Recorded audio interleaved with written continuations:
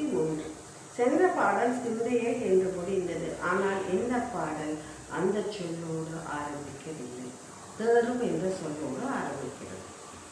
சரி, இந்த பாடலில் பட்டர் என்ன சொல்லுகிறார் என்று பார்ப்போம். அம்பாள் 6 சமயங்களுக்கும் தலைவி என்கிறார். நமது வாழ்வியலில் பலவாறாக பிரிந்திருந்த சமயங்களை சுருக்கி 6 சமயங்களாக செய்தவர் ஆதிசங்கரர் என்று சொல்வார். அப்படி அந்த 6 சமயங்கள் என்னென்ன?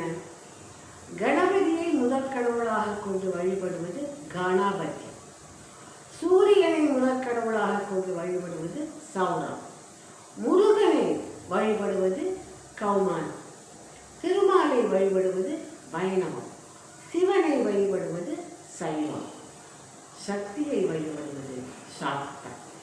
இந்த 6 சமயங்களுக்கும் தலைவியார் அபிராமி.